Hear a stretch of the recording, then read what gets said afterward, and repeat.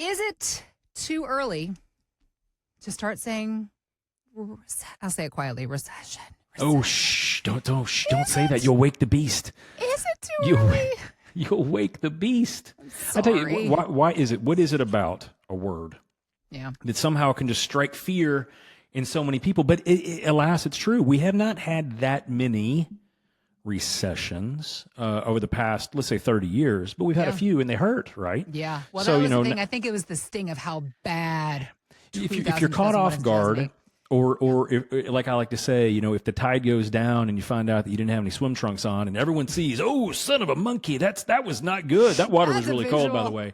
The water was really cold. Don't make any passing judgments. It's just okay.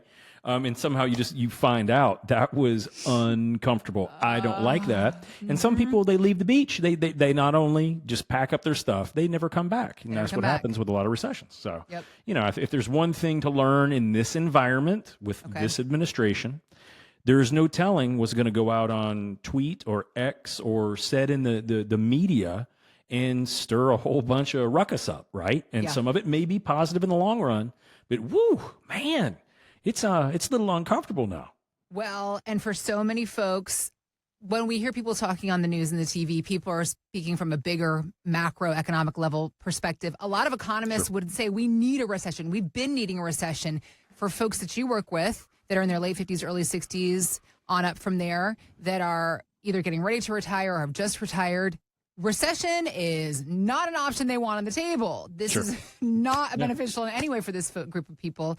So understanding what proactive moves we can make is the conversation I wanted to have with you today. Obviously, John Hicks, founder of J. Hagan Capital, financial advisor, here to share his insight with you. If you have questions, John and his team here to help you get some answers. RetirementSolutionsShow.com is our website and where to go with your questions. Let's get to work, starting the conversation with you. We also have links posted in the show notes. But in a current circumstance, I feel like even day to day, as you were saying, based on the tweets and the headlines and all those things, I don't know what's going to happen. Some days we're up, some days we're down. Market talking in correction territory, according to some economists. Many wonder if it will continue to get worse. Wealth advisor Jason Katz was telling Fox Business, he does say, John, it's too early to use words like recession. Here's what he said. It's way premature to use the dreaded R word or worse yet, the stagflation terminology. It shouldn't enter into the financial lexicon quite yet. I think we are suffering from this short-term pain, and it's probably getting a little worse before it gets better because that's how markets move. Pendulums always swing too far, both to the upside and in this case, the downside. So, so he brought stagflation into the conversation now. That's an ugly word. I mean, we've only had that one time in the U.S. economy, and it was a paralyzing period of time. Yeah. You'll remember when a peanut farmer, Jimmy Carter, was in the office, we had, lines around the blocks, to try to get gasoline. We had spiraling out of control prices. We had not very good, job economy. And we had inflation. We couldn't do anything about it coupled with a really cruddy stock market during that period of time. It was terrible. And a lot of people today, they remember when they were going through the 70s. And by the way, two of the worst periods that we faced for retirement, for retirees to consider would have been during the 70s. Two of the big five. We're going to go through the other ones here in a couple minutes because learning from history is how we can hopefully not be doomed to repeat it. Very important. Very important. Okay. So let's obviously reflect on history because one thing we know for sure, we can't predict the future, but as we have learned, history does have a way of repeating itself, so we can learn from the past. Is this event, this current market event though, is it one that's more policy related in your opinion? Can that turn around quickly? And is it, or as you see fit, perhaps something that, is a pullback?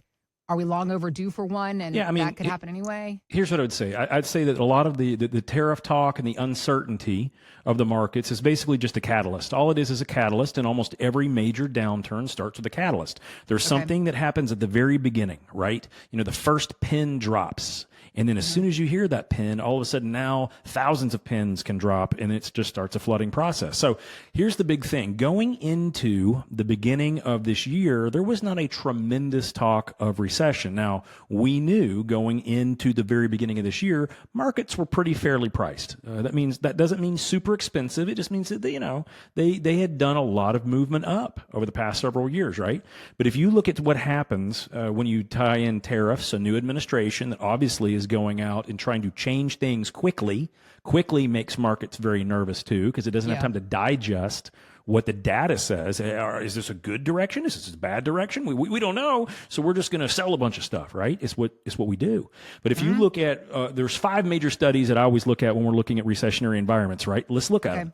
So since the beginning of the year, the CNBC Fed survey based on will a recession happen is increased to nearly 48%. The call sheet prediction market indicator, 48% chance of recession at this point. Polymarket study says 44% chance of recession. JP Morgan moved theirs from a 20% chance to a 45% chance. And then the Wall Street economists, if you take them all, basically a 50-50, a coin toss. Now, here's what I would say. Even though markets were a little frothy, and even though we have a president, that's going to be, obviously he is playing chess every single piece at the same time, it seems like. He's not waiting for the other side to move. He's going to move them all. He's like, what do you mean I can't move them? I'm going to move them all. I said I can. I'm going to move them all right now, all at once. No. I'm changing the rules. Just deal with it. Now, whether these things happen to be positive in the long run or the short run is what the market doesn't like. But when you're looking at these recessionary odds, guys, we have to really take heed if we're getting closer to retirement or we're already retired, because those great runs that a lot of us, we built our portfolios on. We're looking at our account statements now, and maybe they're down a little bit, but they're pretty close to maybe as high as they've ever been. And the question is, not a time to run. I'm never saying it's a time to duck, but is it a time to hedge some of your bets? Is it a time to put some stop losses in there, some protections? Because that's what we're going to talk about. What happens if we do have a recession? The biggest thing, if you're going to go into retirement or you're already retired, is how are you going to maintain your income stream? Right. I'm going to say 8 out of 10 clients that come into our office, no matter how much money they've saved, $500,000, $50 million, almost all of them are expecting to pull some kind of income from their savings, right? Okay. So I've got clients and they're just divesting of a $28 million real estate empire. We're utilizing some trust situations so we can avoid, at the moment, most of those capital gains taxes. That's right. We're mitigating that in the front end. Now, we may have to pay it down the road, but we can mitigate, in their situation, nearly $10 million of taxes in the front end. That's huge. That's big. But what we got to do is we have to create income for them to live off of, because they're not going to be getting that rental income anymore, right?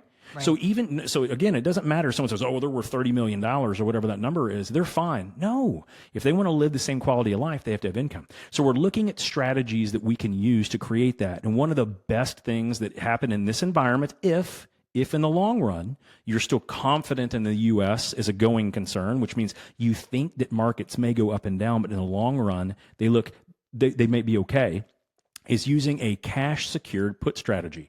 Now, this is based on options. A lot of people never talk about this because they don't understand it. But Heather, this is one of the greatest ways for an average American that understands this, or you can use a fiduciary advisor to help you with it, but you can generate returns on your portfolio, income returns of anywhere between, 6 and 12% a year. We see often as much as 1% a month. Now, here's the crazy thing. It has a tremendous amount of safety net. The way it works is kind of like if you're out there, I'm going to use an example if you wanted to go buy your dream home, right? Okay. Let's assume that you want to go out there and you want to buy your dream home, and you're looking out and you're saying, oh man, there's a lot of houses I really like, but my gosh, they're expensive. I don't want to pay that for that house.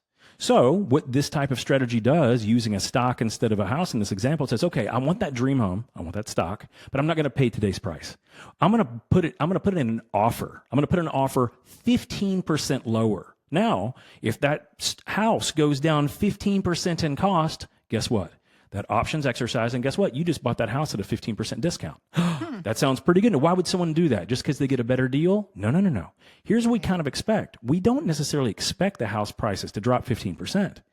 And for you putting in that offer, for you saying, hey, I'm going to play the game. I would like to buy that at 15% off. But in order for me to put this offer, I want you to give me a premium. I want you to give me a little something special. And in this example, often we can find maybe you get 0.5% a week. We recently developed a strategy where we can generate close to 0.5% a week of income on these type of strategies. Now, why is this really cool? Because it doesn't matter if the markets go up or down. We're creating income on a weekly basis on something that we want to own. In this example, let's say a high quality house, or a high quality stock like Walmart or Costco, or take your pick, anything you really like, healthcare company, tech company that's all beaten up, whatever you want. And the point is that you're only buying it when you get the price you want. And for you putting in that offer, they're going to pay you to do it. And we've seen people can generate, some really, really shrewd people, they can generate 20+% a year on these things. Now, you're only buying the company when it is priced the way you want it. And in the meantime, you're collecting option premium, which you can spend as income.